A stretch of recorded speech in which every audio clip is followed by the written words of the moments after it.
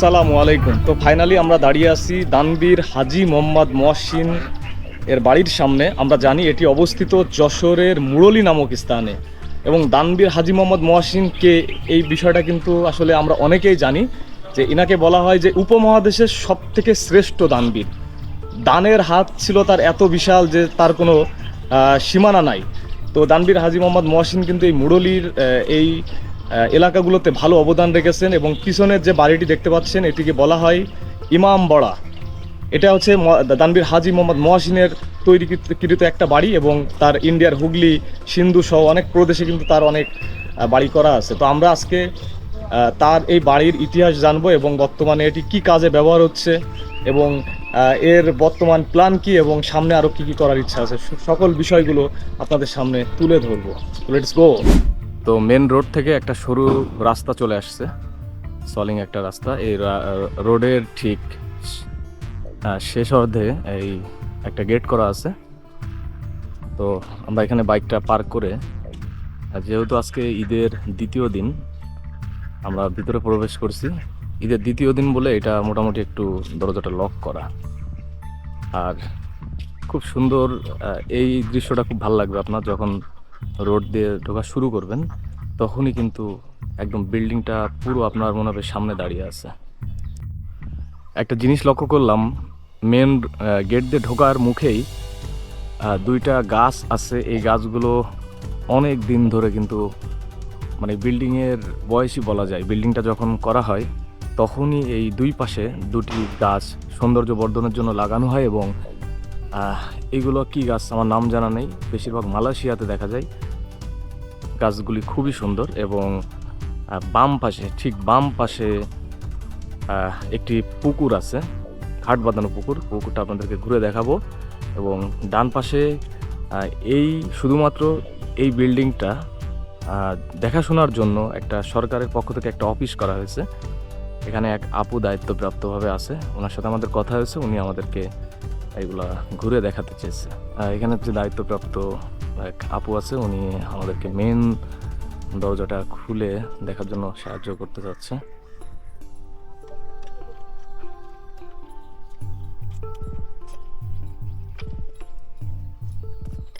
মাশাআল্লাহ।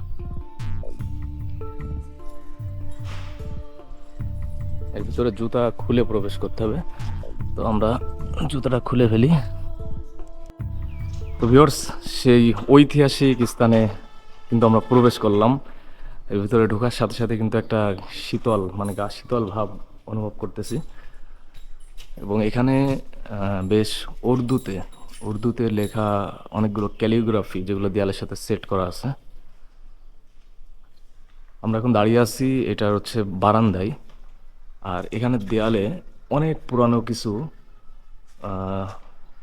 দৃশ্য এখানে ক্যালিগ্রাফি করা আছে, যেটা মনে হচ্ছে যেটা ইমাম হাসান রাদিয়াল্লাহু একটা মানে চিত্র।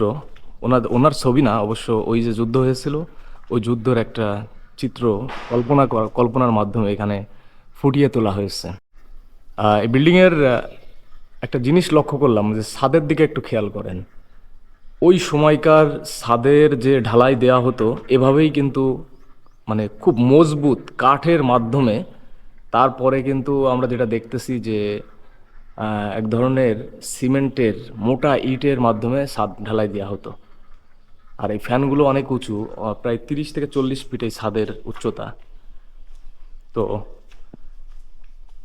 আমরা ঠিক মানে মিম্বর যেটাকে বলি, এটা তো মসজিদ না, তারপরে আর কি যে সোজা আর কি মিম্বর থাকে মসজিদে সাধারণত, একদম আমরা ওই সোজায় দাঁড়িয়ে আছি। এবং নিচে কার্পেট বিছানো। এখানে একটা মেহরাবও আছে। ভিউয়ার্স দেখতে পাচ্ছেন একটা মেহরাব, এবং মেহরাবের ঠিক পিছনে আরবি, এটা আবার আরবি, উর্দু না, যেহেতু জের জবর আছে, আরবিতে কিছু একটা লেখা আছে, ইয়া লাইলার তু আল হাসাইন। আমার যতটুকু জানা মতে এখানে লেখা রয়েছে আল হুসেইন, আর ওখানে লেখা আল হাসান হুসেইন। তো এইগুলো কেন লেখা, এটা আপনাদেরকে ইতিহাসটা আমি অবশ্যই বলবো।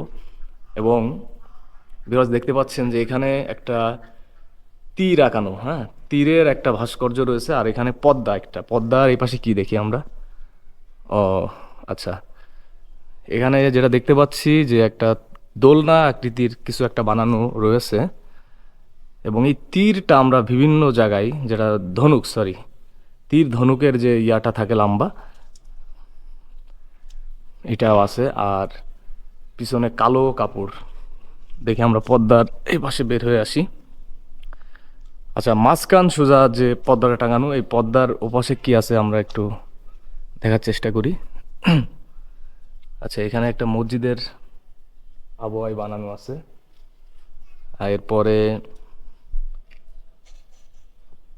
এখানে সুন্দর একটা ঝাড়বাতি, ঝাড়বাতি সাথে কিছু একটা দৃশ্য ডিজাইন করা, এবং সাদা একটা বল, একটা পুস্তক দেখছি, যদি বা এটা কোরআন শরীফ কিনা আমি শিওর না, সুন্দরভাবে রাখা আছে।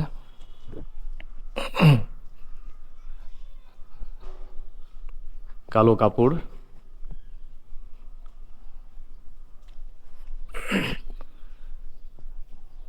এ পাশটা আবার ফাঁকা, তবে ওই শেষের দিকে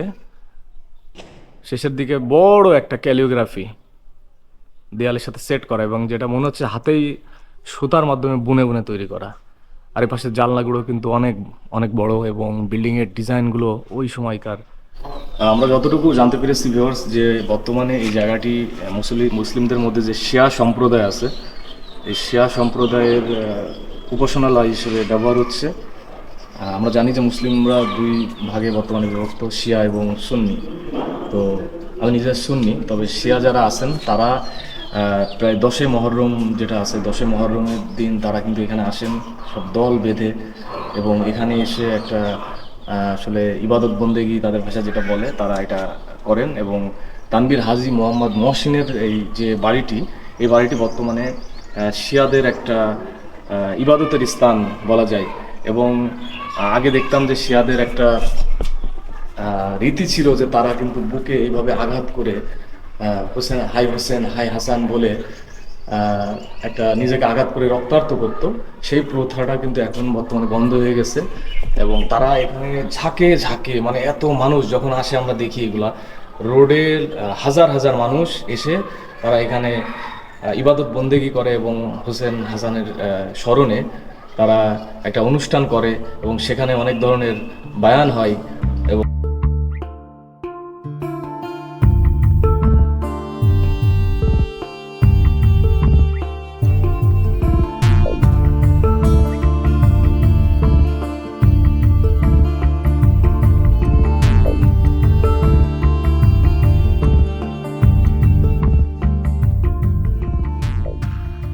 ভারতের যে লক্ষ্য নামে যে জায়গাটা আছে, 1837 খ্রিস্টাব্দে এটিও একটি ইমামবাড়া তৈরি করা হয়, তবে এটির নাম হচ্ছে ছোট ইমামবাড়া। আর আমরা এখন যেখানে অবস্থান করছি সেটি হচ্ছে এই যে এটি মূলত ইমামবাড়া। এটা 1802 খ্রিস্টাব্দে এই মুরলিতেই হাজী মোহাম্মদ মহসিন সে কিন্তু এটা তৈরি করে।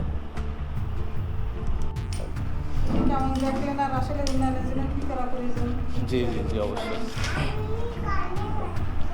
মানে এটা ঘুরে দেখার পরে যারা ভিউয়ার্স আছে তাদের একটা মন্তব্য করতে হয়, তাই তো?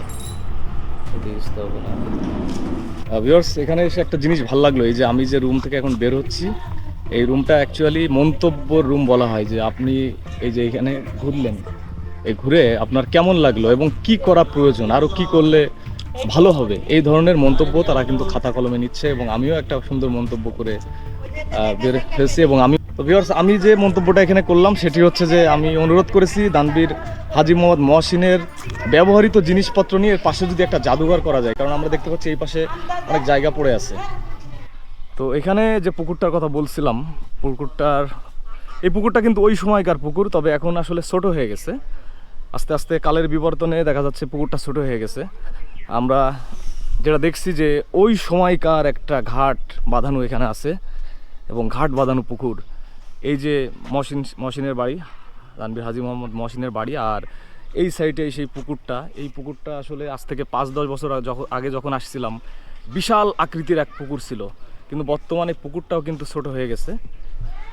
তবে আমার পার্সোনালি যেটা মনে হচ্ছে যে এই বিল্ডিংয়ের এই ডান সাইডে অনেক জায়গা পড়ে আছে। সো এই যে এটা হচ্ছে এখানে যেসব পর্যটক আসেন তাদের সুবিধা অসুবিধা দেখার জন্য একটা অফিস, এবং অফিসে আমরা যেটা দেখছি যে অ্যাক্টিভ, এখানে যারা দায়িত্বপ্রাপ্ত আছেন খুবই অ্যাক্টিভ, আসার সাথে আমাদেরকে ভালো টেক কেয়ার করছে। আর এখানেই সেই বিশাল আকৃতির এক আম গাছ, তো বাউন্ডারি করা আছে, একসময় যদি বা এই বাউন্ডারিগুলো ছিল না। আচ্ছা, এরপরে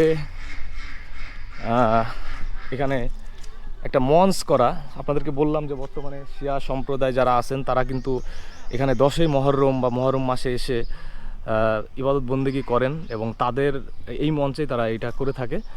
এবং এখানে আরও একটা অফিস টাইপের কিছু দেখছি, সেটা হচ্ছে দানবীর হাজী মোহাম্মদ মহসিনের সমন্বয় পরিষদের একটা কার্যালয়। যাক, এগুলো আসলে ধীরে ধীরে হয়েছে, একসময় আসলে এটা খুব ছন্নছাড়া একটা ভাব ছিল। আর এই পাশে মোটামুটি একটা এলাকা, বাড়িঘর আছে।